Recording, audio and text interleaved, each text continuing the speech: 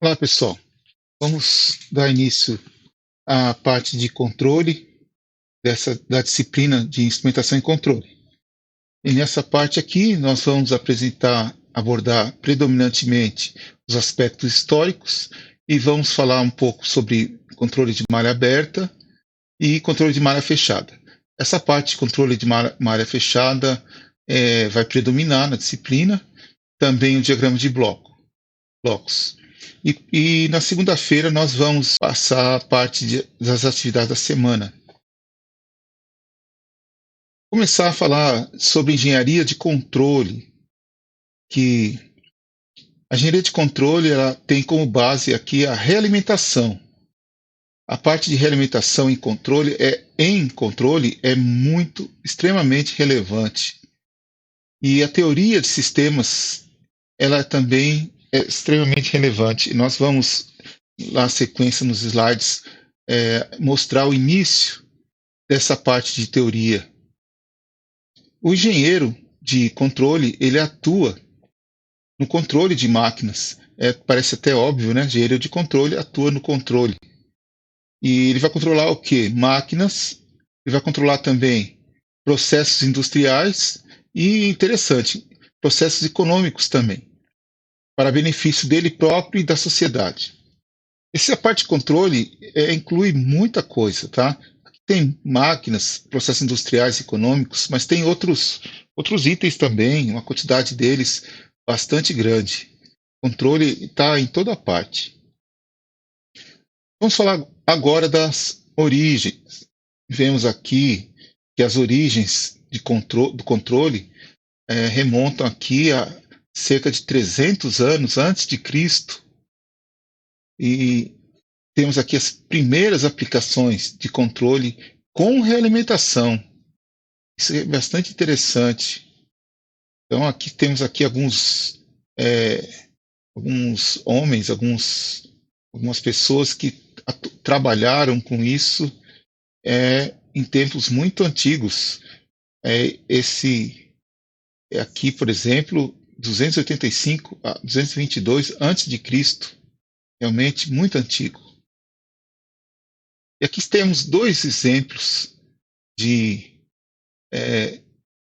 aplicação de controle com realimentação. Esse aqui é uma tigela que serve vinho de forma automática. Olha que coisa interessante. O indivíduo vem aqui e ele pega um recipiente, ele pega aqui o vinho aqui para tomar, e outra pessoa vem aqui, pega vinho também, outra vem aqui, pega vinho. E na medida que eles pegam o vinho, eles não enxergam o que está aqui dentro, tá? Eles só enxergam essa parte aqui. O fato é que automaticamente, 30 antes de Cristo, essa máquina aqui automática, o vinho sai daqui e completa a tigela automático, não precisa vir um garçom, uma garçonete, alguém.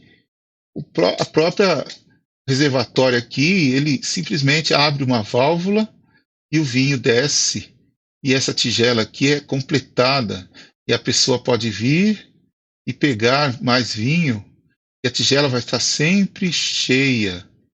Nossa, que coisa fantástica! Muito interessante. Mas escondido está aqui o segredo, né? Temos aqui uma boia, e essa boia aqui, o que acontece, né? Esse nível aqui, ele tende a se manter, não é?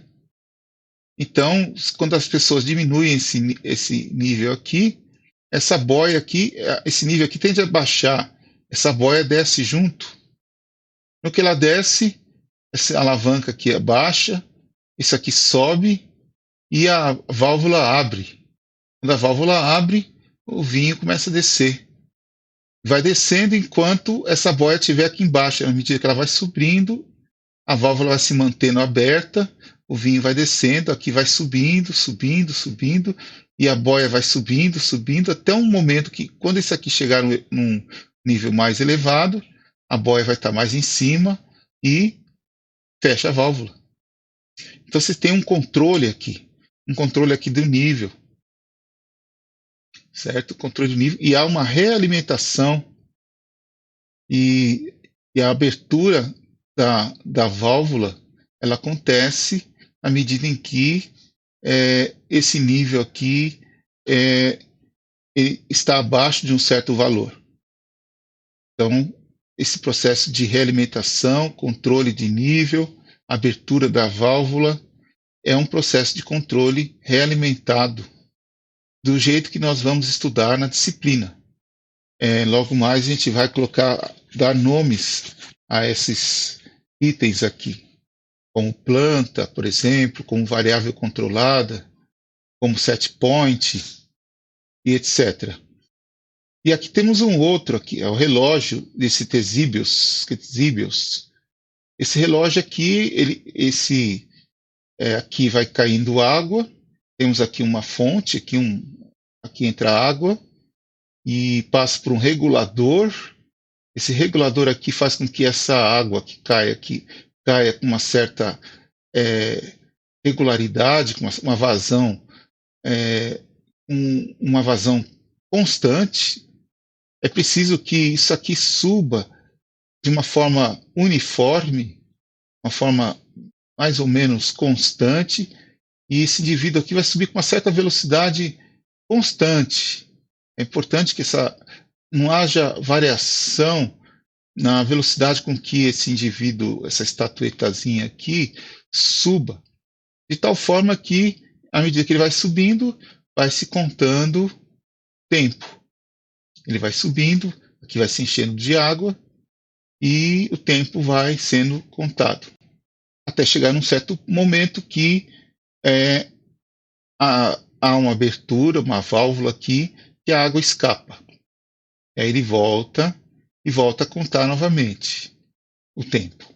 Então, eu vou mostrar aqui como esse controle, mais ou menos, como esse controle aqui dessa vazão acontece, para ela ficar mais ou menos constante. Vamos mostrar de uma forma diferente agora. Em detalhe aqui, onde fica a boia do relógio aqui de Ctesibius. A ideia aqui é manter uma vazão aqui com uma certa uniformidade, um valor constante. Controlar essa vazão aqui. Ou a velocidade de escoamento constante, de tal forma que a elevação aqui da boia, aqui debaixo que vai levar o homenzinho aqui do relógio, seja mais ou menos uniforme, constante e tal. Então tem que haver um controle aqui, uma ação de controle. Então você tem aqui um nível de um líquido, um certo nível, e esse nível tem que ser mantido, tem que ser controlado esse nível. A boia fica aqui dentro, vou desenhar aqui a boia, ela tem um formato assim,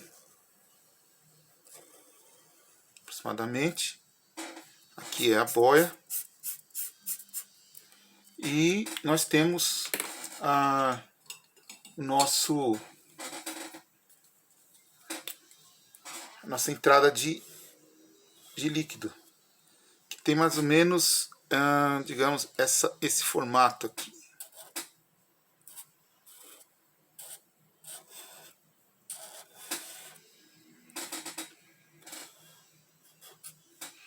Esse formato. Então, na medida que o líquido vai entrando, essa boia aqui, dependendo desse nível aqui, ela vai subir e descer. Se o nível baixar, a quantidade de líquido que vai entrar aqui vai aumentar. No momento que aumentar a quantidade de líquido que entra aqui, o nível vai subir. Subindo o nível, a boia vai subir. Quando a boia sobe, o que vai acontecer? Vai diminuir essa vazão, essa quantidade de líquido que entra aqui. Diminuindo essa quantidade de líquido, esse nível tende a baixar. Percebe? Quando esse nível baixa, a boia desce. A gente vê aqui um comportamento de descida da boia. Ela desce. Conseguem perceber? Na medida em que a boia desce, nós vemos que a vazão aumenta. Quando a vazão aumenta, o nível sobe. Quando o nível sobe, a boia sobe. Diminui a vazão, o nível desce. Quando o nível desce, a boia também desce. E essa vazão que está aqui, ela é dependente do nível. Então, na medida que o nível sobe e desce, eu vou mantendo, de certa forma, um controle sobre essa vazão aqui. De alguma forma, eu vou mantendo ela controlada. Então, eu tenho aqui uma variável controlada, que é essa vazão aqui, que vai ser a minha variável controlada.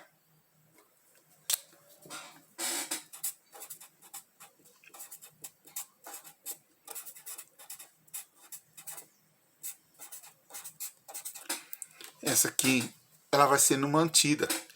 E de alguma forma, isso aqui vai ser o meu controlador. E nós vamos ter aqui a nossa planta, né? Ou o nosso sistema que vai ser controlado. E a nossa entrada, ou o elemento que vai ser controlado, ou vai ser o nosso sistema a ser controlado, ou a grandeza a ser controlada.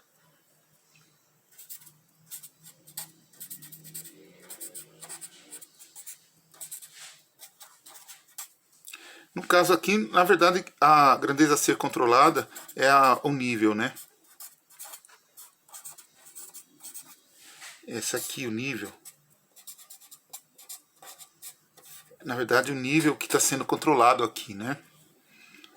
A variável controlada que está sendo mantida essa vazão por meio do controle do nível. Então eu controlo o nível e a partir do controle do nível eu mantenho a vazão. Essa é a ideia. E eu tenho esse efeito de controle aqui que foi desenvolvido anos antes de Cristo. Só para ter uma ideia, né, de como isso aqui funciona, né? Para manter o funcionamento desse relógio de água, né, funcionando.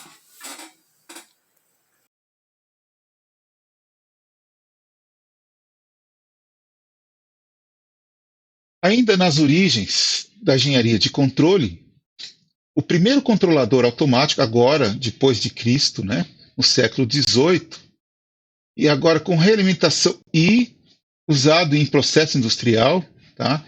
Com realimentação já é antigo, mas só que agora usado em processo industrial é o regulador de esferas de Watt, James Watt, que viveu aqui nesse período aqui. E ele fez esse regulador aqui. Temos aqui um desenho esquemático desse regulador. E basicamente tem duas esferas que giram. E temos, à medida que elas giram, temos uma aceleração centrífuga que vai fazer com que elas se afastem. Se elas giram rápido, elas se afastam. Se elas giram devagar, elas se aproximam. Essa é a ideia. À medida que elas se afastam, esse êmbolo aqui ele se afasta para cá e obstrui a entrada de vapor. Se elas giram devagar, esse êmbolo aqui desce e desobstrui a entrada de vapor. Se a entrada de vapor é obstruída, quando eles estão girando rápido, não vai vapor para a máquina gira devagar. Há uma realimentação, olha a realimentação aqui, de novo. E a máquina de vapor girando mais devagar vai fazer com que essas esferas girem mais devagar, fazendo com que esse êmbolo libere a passagem de vapor. E a máquina vai girar mais rápido. Girou mais rápido, novamente as esferas se afastam, se afastou, novamente esse êmbolo sobe e segura a passagem de vapor e diminui a velocidade da máquina. Realimenta e aí acontece tudo de novo. Nós temos um outro desenho, esse aqui mais completo, mostra o feedback acontecendo. Então você tem aqui a máquina de vapor, o movimento que ela produz, vai lá para o sistema que ela movimenta. A ideia é manter essa velocidade de rotação constante, essa que é a ideia. Então esse regulador de esferas aqui, de Watt, permite que tenhamos um movimento dessa válvula, de rotação aqui a uma certa velocidade mantida, constante, regulada. Então, quando essas esferas estão girando, elas mantêm aqui uma válvula. Se elas girarem muito rápido, essa válvula fecha. Na hora que essa válvula fecha, não vai vapor para cá, ou vai menos vapor, e a velocidade aqui diminui. Diminuiu essa velocidade, há uma realimentação aqui, e o giro aqui diminui, e as válvulas se aproximam. No que elas se aproximam, essa válvula abre. No que abre a válvula, vai mais vapor, a velocidade aumenta. Nós temos aqui esse vídeo no Facebook. Eu vou deixar eu espero não esquecer, mas eu pretendo deixar esse link aqui do Facebook na descrição. Vocês clicam lá e lá tem uma demonstração dessa máquina aqui de Watt, do jeito que ela existiu no passado, uma réplica dela, e mostra direitinho ela funcionando. É bastante interessante de se ver, não mostra muitos detalhes, mas mostra o jeitão dela, como que ela funcionava lá no passado. E eu acho que vale a pena vocês darem uma olhada, tá ok? Está aqui bem nesse link. Se porventura eu esquecer de colocar na descrição, vocês podem copiar esse link de alguma forma e olhar lá que vale a pena. Ainda nas origens, temos aqui esses dois indivíduos aqui que, antes de 1868, os sistemas de controle automático eram construídos de forma empírica. É na base da tentativa e erro, né? Com intuições e invenções. Porém, a partir desse ano, a fundamentação matemática capaz de descrever a dinâmica dos sistemas reguladores veio com Maxwell e esse Ivan, que eu não sei pronunciar o nome, ok? É um russo. Esses dois cientistas aqui, eles introduziram a fundamentação matemática nos sistemas de controle, ok? Aqui nos sistemas reguladores, a dinâmica dos sistemas reguladores. Agora a fundamentação matemática estava presente, tendo em vista otimização dos sistemas, ok? E a partir desse momento aqui, não mais empírico ou intuitivo, ou apenas uma invenção, mas algo mais que permitiu a expansão dos sistemas da engenharia de controle, uma expansão bastante significativa. Antes da Segunda Guerra Mundial, a teoria e prática de controle ela se desenvolveu de maneiras diferentes. Nos Estados Unidos e Europa, de uma forma, e a antiga União Soviética e Europa Oriental, de outra forma. Então, Estados Unidos e Europa, de um jeito. União Soviética e Europa Oriental, de outro jeito. Nos Estados Unidos, a teoria de controle, agora estamos pensando aqui na teoria de controle, ela foi impulsionada pelo desenvolvimento aqui dos sistemas telefônicos e aqui dos amplificadores eletrônicos com realimentação. A gente pensa aqui nos amplificadores operacionais, a forma como eles são realimentados e nos amplificadores diferenciais e tal. É muito interessante essa parte aqui. E os sistemas eram analisados principalmente no domínio da frequência. Esse ponto aqui eu acho bastante interessante, domínio da frequência. Te lembro aqui das transformadas de Laplace, domínio da frequência. Então, aqui os Estados Unidos e Europa Ocidental pensavam bastante no domínio da frequência quando se tratavam da teoria de controle, ok? E aqui temos os nomes dos principais cientistas, e aqui tem Next, Bold, Black e Richard Evans. O mais novo aqui é o Evans, que viveu aqui até perto do século XXI. E os demais aqui são nomes muito familiares, né? Bold aqui, muito familiar. Next também, diagrama de Next, diagrama de Black, diagrama de Bold. Interessante. E eles abordaram aqui o domínio da frequência. Agora, na União Soviética, eles abordaram na teoria de controle o domínio do tempo. E aqui a presença das equações diferenciais. A impressão que a gente tem é que o domínio do tempo ele é mais difícil, mais complexo, e com equações diferenciais as coisas ficam realmente mais difíceis. Quando você tem Laplace, há uma simplificação nos processos, né, de resolução de problemas. Você está no domínio da frequência, parece que simplifica muito, mas o domínio do tempo não é também de todo ruim, e em muitos momentos ele se faz necessário. E aqui tem alguns dos cientistas que abordaram aqui o domínio do tempo, cientistas da antiga União Soviética. Eu pessoalmente só conheço Chebyshev, pensando em filtros, mas esses aqui são alguns desses cientistas aqui, ok? Só para ter como curiosidade. E ainda falando das origens,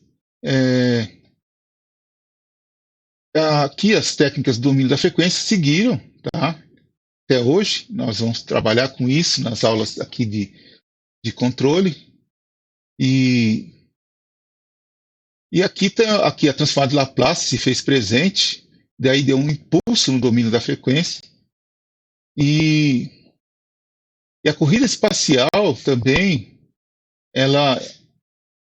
a exigência aqui dos sistemas aumentaram e a complexidade aumentou muito. Então, o domínio do tempo também ganhou importância. E, portanto, domínio da frequência, aqui, domínio da frequência e domínio do tempo começaram a andar juntos, tá? Juntos, né? Domínio do tempo, domínio da frequência. Note aqui que o nível de complexidade dos sistemas de controle fez com que a parte teórica, análise matemática, o desenvolvimento de transformada de Laplace, equações diferenciais, o domínio do tempo, o domínio da frequência, se tornasse extremamente necessário. A necessidade de um sistema preciso, com exatidão, com a probabilidade de ocorrer uma falha bastante reduzida, uma capacidade de reprodutibilidade muito elevada, isso tudo fez com que a área de controle assumisse uma relevância muito grande. E a complexidade ficou muito elevada. Então, aquele negócio de tentativa e erro, mexe aqui, mexe ali, ajusta aqui, ajusta ali, não teve como se sustentar. Não teve como. E aí a parte matemática, ela entrou e entrou forte, não teve jeito. E a gente vai ver um pouquinho disso nessa disciplina, talvez assuste algum de vocês, tá? Mas a gente vai ter que conviver com isso. A gente não vai se aprofundar tanto, tá? Porque é muita coisa. A gente vai tentar visualizar controle de uma forma um pouquinho mais prática do que se fosse a disciplina de um curso mais específico de controle. E aqui temos aqui o consenso. Ambas as abordagens, como a gente já falou nos slides anteriores, tanto domínio do tempo e da frequência, elas são úteis, ambas, simultaneamente. Aqui, na abordagem do domínio do tempo, temos as equações diferenciais, ok? Domínio do tempo, equações diferenciais. Domínio da frequência, transformada de Laplace. Então é importante ter em mente aqui isso aqui, tá? Os sistemas de controle são utilizados aqui para aumento da produtividade. Então, aumento de produtividade, e hoje em dia nós sabemos que produtividade significa dinheiro, tá? E aqui, melhoria de desempenho de um dispositivo ou sistema sob determinadas especificações. Então, esses três aspectos, produtividade, desempenho e especificações, são três palavras-chave aqui: produtividade, desempenho, especificações. Aqui, essa palavra especificações, aqui, eu pessoalmente lembro muito a reprodutibilidade. Você tem uma série de especificações de uma peça, de um parafuso, e elas precisam ser reproduzidas. Aqui, por exemplo, um automóvel, por exemplo, ele precisa ser idêntico. E todos os automóveis precisam ser idênticos. E eles são construídos, em grande parte, de uma maneira automatizada. E não tem como, não pode acontecer deles saírem um diferente do outro. Isso ia resultar em custos, em termos de controle de qualidade, em processos na justiça, porque um carro ia ser melhor do que o outro, ou pior do que o outro, e ninguém ia comprar. Ia ser uma coisa muito difícil hoje em dia. Controle resolveu, 90% desse problema. Então, é algo assim extraordinário. E há uma coisa interessante aqui, que eu acho que vocês vão achar interessante, esse termo aqui, automação, teve origem aqui, ó, na indústria automobilística. E vai consistir, a gente já sabe, né, operação automática ou controle de um sistema. Então, operação automática ou controle de um sistema ou processo. Para gerar o quê? Um produto dentro do quê? Tolerâncias especificadas. Então, a ideia é sempre ter um produto que se mantenha dentro dessas tolerâncias. Então, ele tem que estar reprodutível, ele tem que estar idêntico ao anterior que foi fabricado. E assim sucessivamente. Nenhum diferente. Isso vai resultar num custo reduzido. Inclusive, se pode fazer um produto em larga escala, em quantidade, e testar por amostragem. Imagine a quantidade de dinheiro que é economizado assim.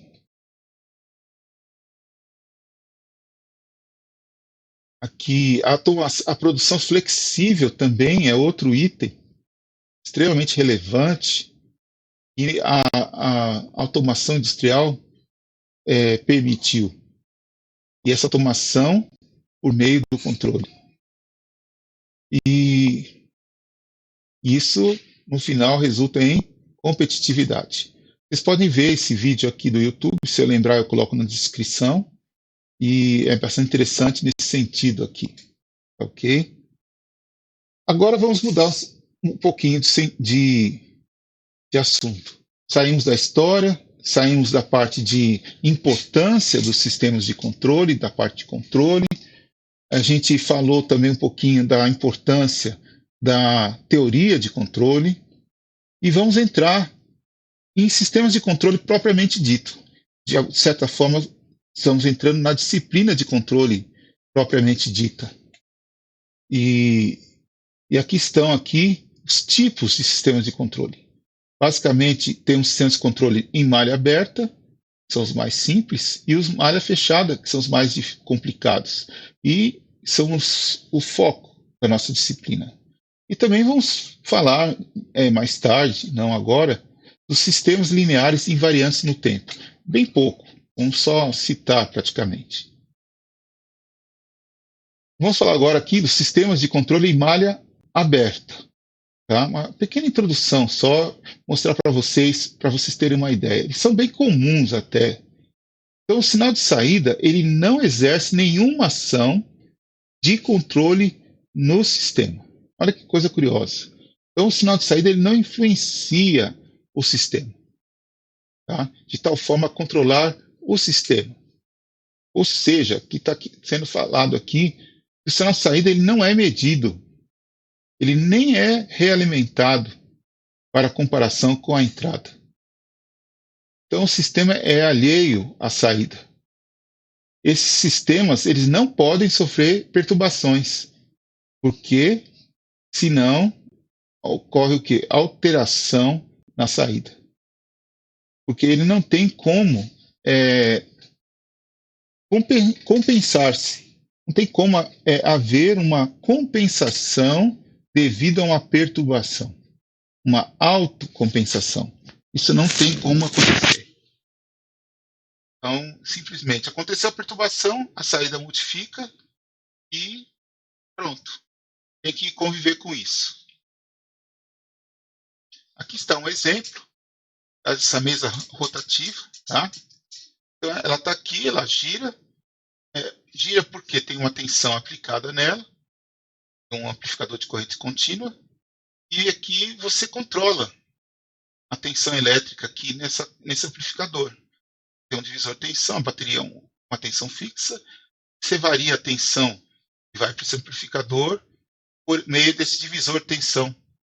E aqui é um operador, ele olha para cá e talvez tenha um medidor de velocidade, de rotação aqui, ele ajusta aqui a velocidade de rotação. Ele mexe aqui, tem um botão, ele vai ajustando a velocidade.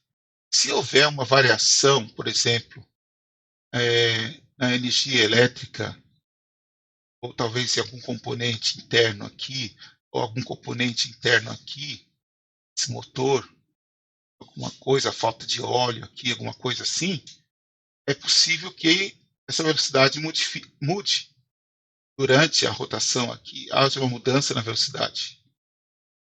Esse operador que esteja distraído, então muda a velocidade, dependendo do processo que está sendo realizado aqui, pode ser que ocorra algum tipo de erro, mas tem como ocorrer a correção. Então isso tem que ser, vai ter que conviver com esse erro. Aqui temos o diagrama de bloco. Aqui a velocidade desejada é controlada, ajustada por meio de uma tensão elétrica. Aqui tem um amplificador, um atuador, que é o motor. Esse motor é quem atua sobre a mesa giratória e que vai manter a velocidade aqui da mesa. Okay? Então é importante a gente ter aqui o nosso sistema, como funciona, e o diagrama de blocos do nosso sistema. Nós vemos claramente a tensão elétrica produzindo aqui uma variação de velocidade, ou controlando a velocidade. Temos a presença do atuador, temos a presença aqui do processo, temos a presença aqui do nosso amplificador, que seria o nosso transmissor. Né? Aqui um outro exemplo de sistema de controle em malha aberta. Também poderia ser um sistema de controle em malha fechada, mas nesse caso aqui ele está em malha aberta.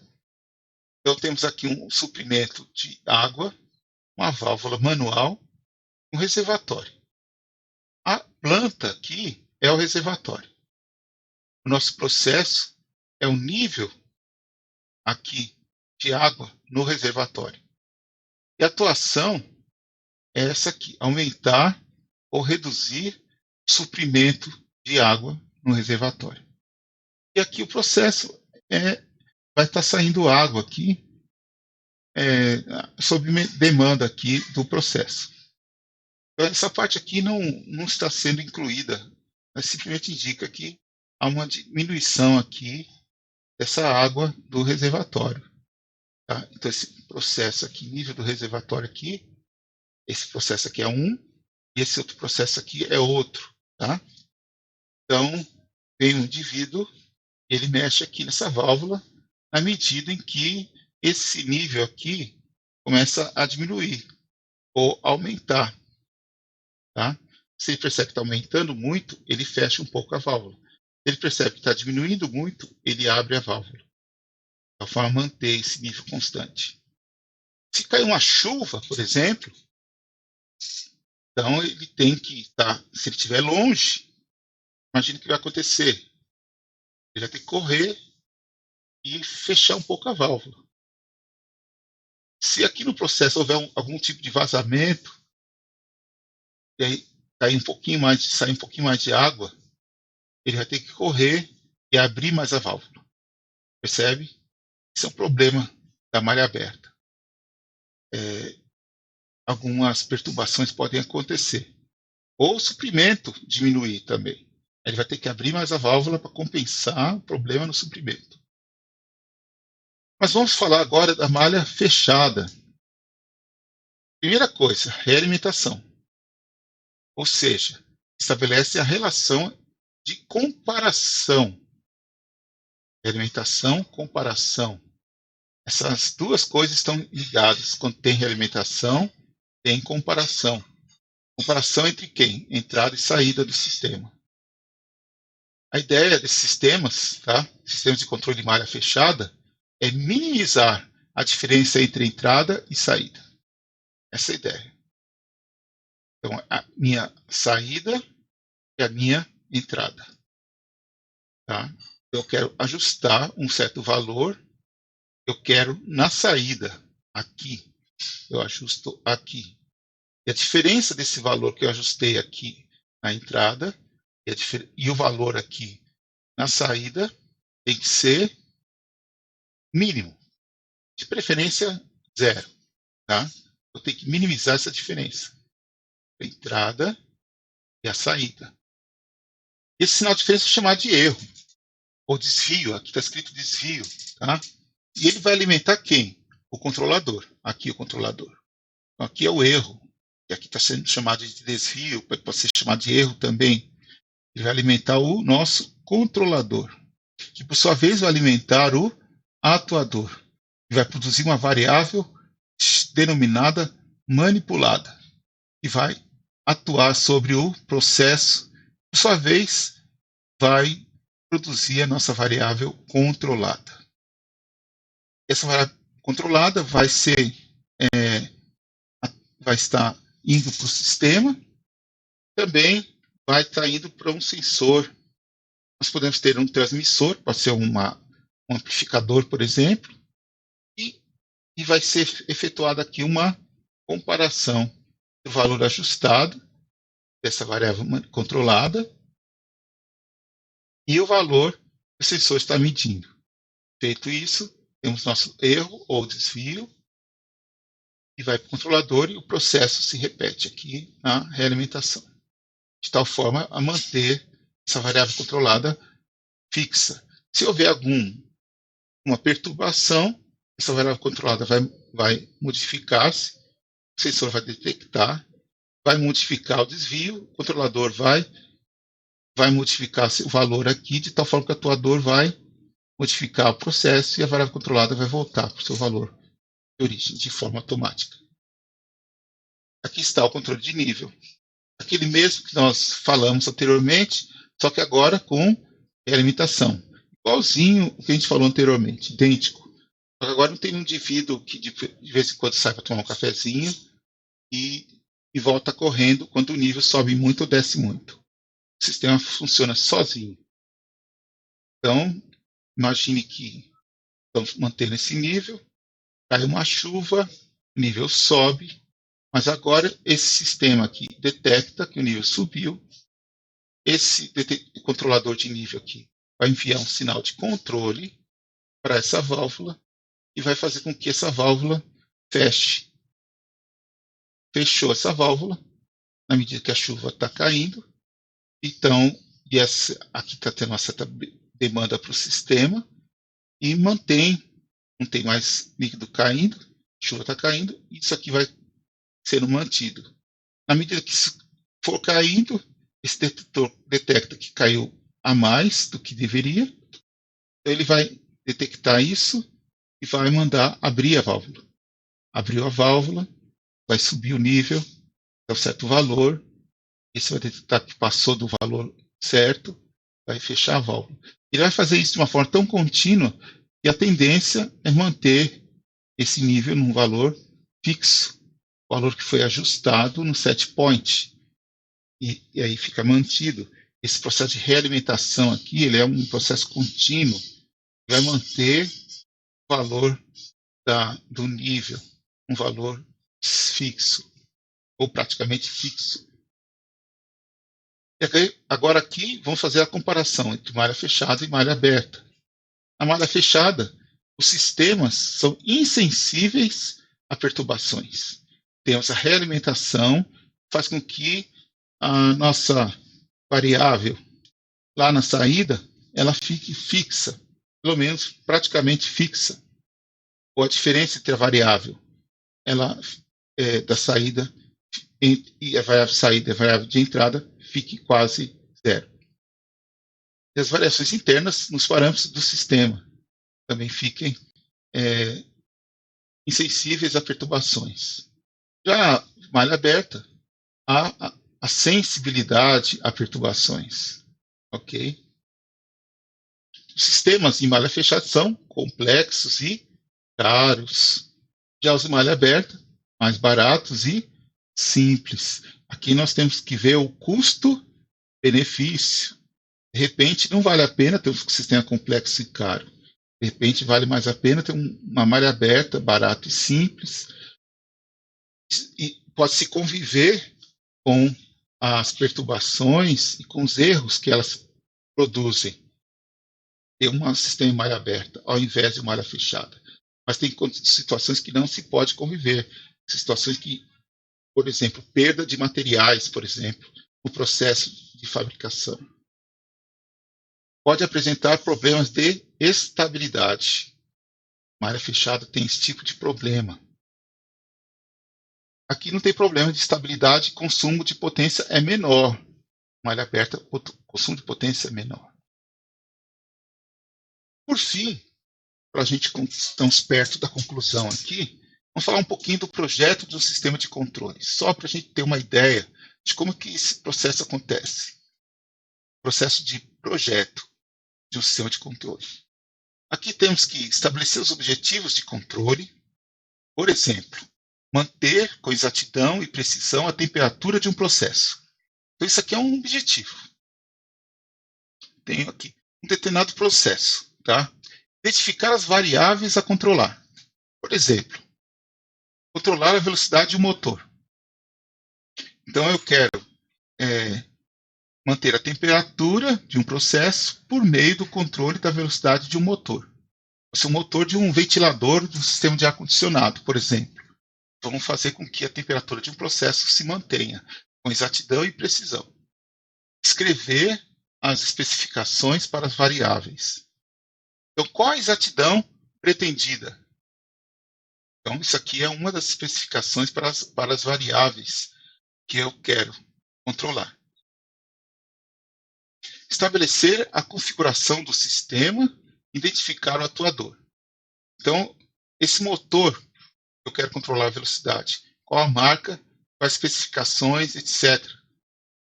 Obter um modelo do processo a controlar do atuador e do sensor. Esse modelo aqui, já estou pensando na modelagem matemática. Aqui entra a parte de teoria de controle. Modelagem, modelamento, isso é uma parte bastante difícil. Bastante difícil. Exige bastante treino, bastante estudo. É bem complicada. Mas aqui está um dos itens aqui de extrema relevância. Modelar o processo. A controlar o atuador e o sensor também. exige conhecimento, você vai prever resultados, vai permitir que você otimize esses resultados antes de construir o sistema, há uma previsão de resultados, etc. E escolher aqui é descrever um controlador e selecionar os parâmetros-chave a serem ajustados. Por exemplo, escolha do controlador, um PID, por exemplo. Então, vocês podem escolher um controlador do tipo PID e os seus parâmetros também. E otimizar os parâmetros e analisar o desempenho. Efetuar ajustes nos parâmetros. Ok? Se o desempenho atende às especificações, se não, volta para cá.